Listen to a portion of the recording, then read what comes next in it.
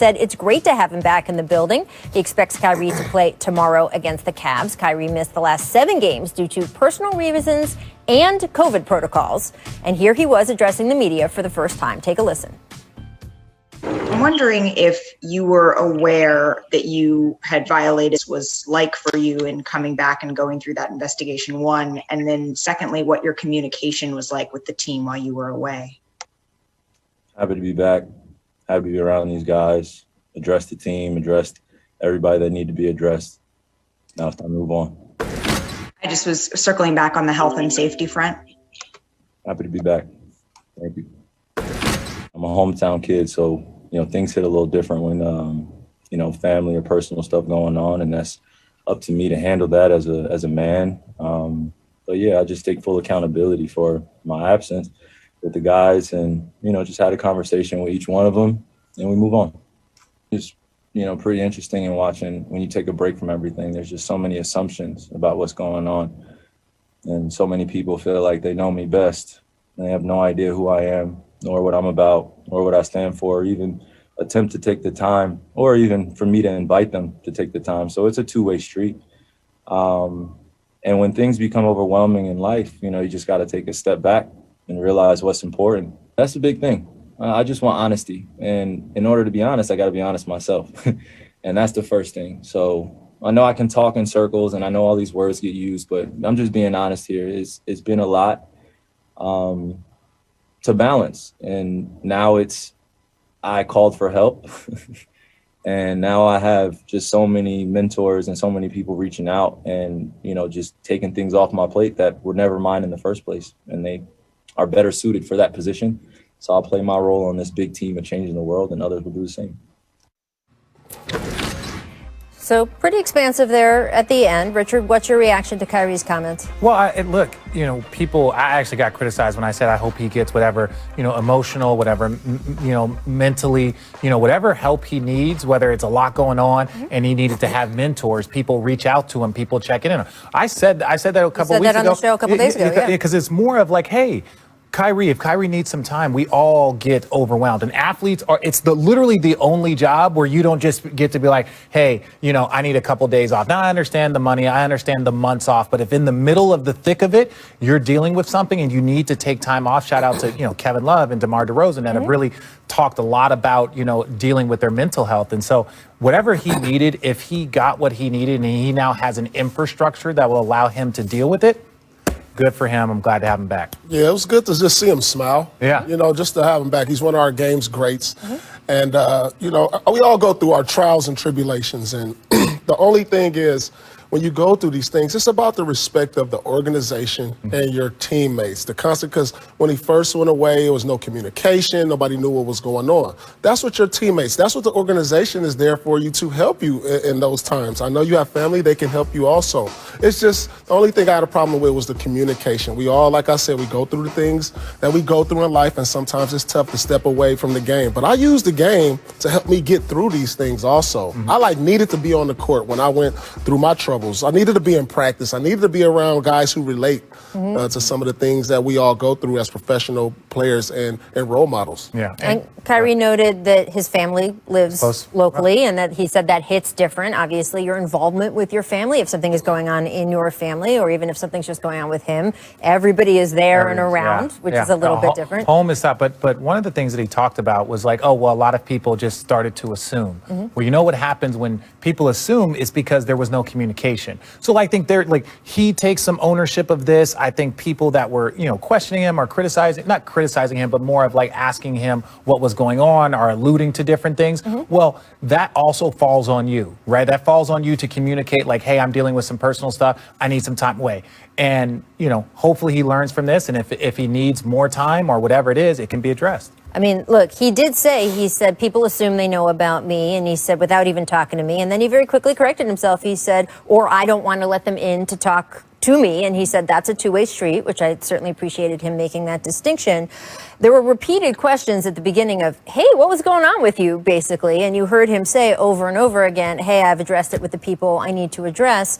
Do you feel that there was enough information there, especially eventually as he got into talking more, for Brooklyn Nets fans of the team. He doesn't owe, and this is, I want to say this as a person that has been a net lifer. He owes the fans very little.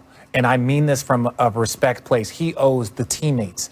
He owns, because hypothetically, you could be traded, you could retire, and the fans, like, you don't owe them an answer. Barry Sanders, they're still looking for him in Detroit, right? Khaled Johnson, they're still looking for him, right? Like, you can up and retire and not say anything to anybody. So I don't say that. You owe it to the people in the locker room, the people that have supported you, the people that you go to war with, the people that you go to battle. And if those guys are cool, then it's not up to the media, it's not up to the fans, it's only the people that he has to show up with every day. You say the people who support him, the fans support him. I understand that, but you can't, if you've got millions of fans, you can't individually address them. You can't tell everybody. No, You've got to have some parts of your life that are private. Absolutely. Yeah, that's my only thing, is that as long as the people in the locker room are okay with him, then Kyrie can move forward and be the great player that he is, right? It's just tough when, you're that individual. You feel like you owe a lot of people. They go out and play well, win games, everybody will forget everything. There you go. Well, it looks like they're playing well already with The group.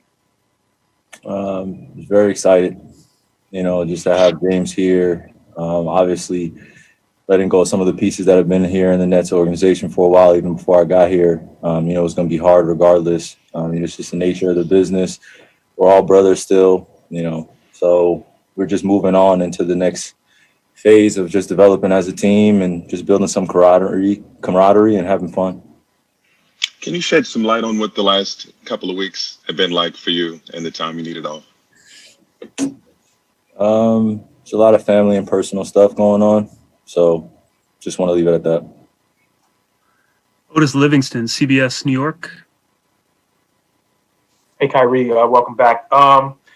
As you look at the makeup of the team and how successful they have been, how do you see yourself fitting back in? Because you had obviously a huge role before, now coupled with James Harden in the mix. Like I said, it's just really exciting, just to be able to play with great players that have, just been here in the league for a while, have been through ups and downs, the peaks and valleys. So, James is aligned with us in terms of just experience, and adding that to our locker room is going to be great for us. Malika Andrews, ESPN. Hi, Kyrie. I'm wondering if you were aware that you had violated the health and safety protocols and what that process was like for you in coming back and going through that investigation, one, and then secondly, what your communication was like with the team while you were away. Happy to be back. Happy to be around these guys, address the team, address everybody that need to be addressed. Now it's time to move on. Bruce On Beck, the health and safety New front. York. I'm sorry, Malika, go ahead. I just was circling back on the health and safety front. Happy to be back. Thank you. Bruce Beck, NBC New York. Kyrie, how supportive have your teammates and the organization been during this time? It's been great. It's been enough support for me to, feel like they have my back.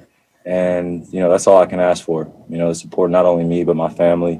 I'm a hometown kid, so, things hit a little different when, family or personal stuff going on. And that's up to me to handle that as a man. But, yeah, I just take full accountability for my absence with the guys and, just had a conversation with each one of them and we move on. Christian Winfield, New York Daily News. Hey, Kyrie, just wanted to ask, on a mental, maybe spiritual, emotional, even physical front, is everything okay with you? Greg Logan, Newsday. Kyrie, there was a report yesterday that you had purchased a house for George Floyd's family, which would be obviously a magnificent gesture. Can you confirm that and discuss what went into your thinking on that? It's a team effort. Just want to continue to fulfill our purpose in serving a lot of the underserved communities. Those don't necessarily get, the same attention from just others around. So just trying to do my part. Selfless service, that's all. Alex Schiffer, The Athletic.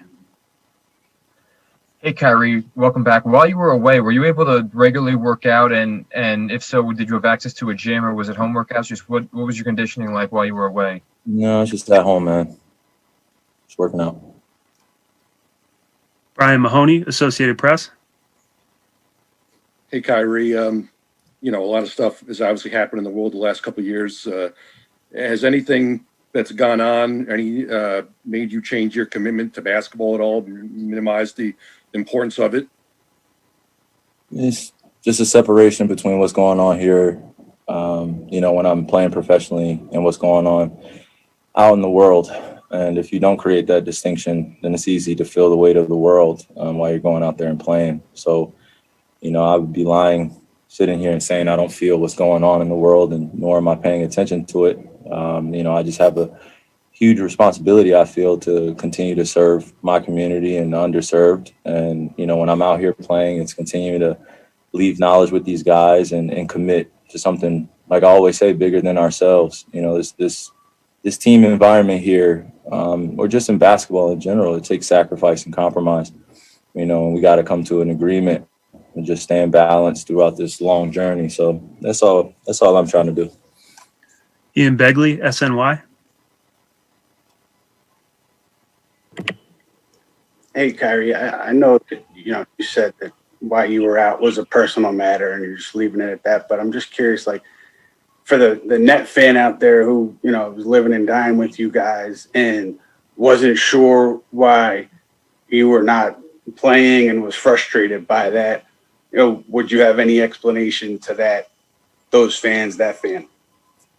Well, the beautiful thing about that is that I started off as a fanatic and I started off as a fan. I've been invested in this organization since I was a kid, you know, and also now that I'm in this role as a player, there is quite a difference. And, you know, the fans out there, want to apologize to them as well. You know, my commitment has always been to bringing something special to Brooklyn. You know, it wasn't just a championship. It was unity, it was equality. It was just bigger things than just the game itself. You know, it took quite a while and quite a few valleys to get back home initially, you know. So for me, I'm just taking every day, you know, just being grateful, you know.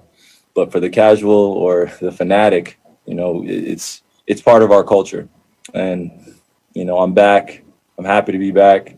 And we got some great pieces and we just move on. And I let my actions and my game speak for itself like I planned on doing, you know, just needed a pause.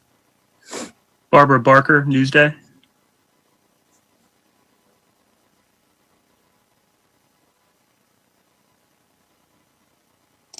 All right, we'll move on back to Greg Logan with Newsday.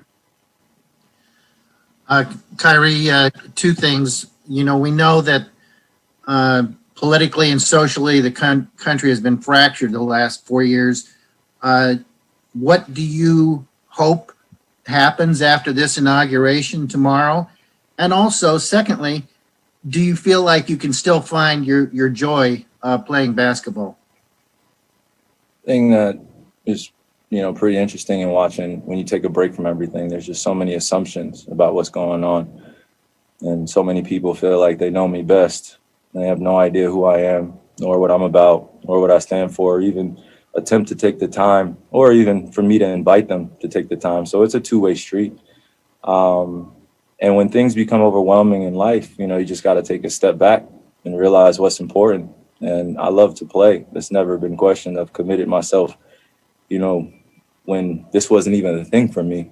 You know, I didn't really care about media, didn't really care about the fandom. All I cared about was just the ethics of the game and being taught the fundamentals. And now that it's become bigger and there's more of a responsibility that I have in this position I'm in, I'm grateful because I'm able to stand on this platform with others alongside of me that have sacrificed and are going through similar things. So I'm not alone in this. And, you know, that's just a big thing about also mental health, you know, just coming in and being balanced with yourself first and then being able to perform.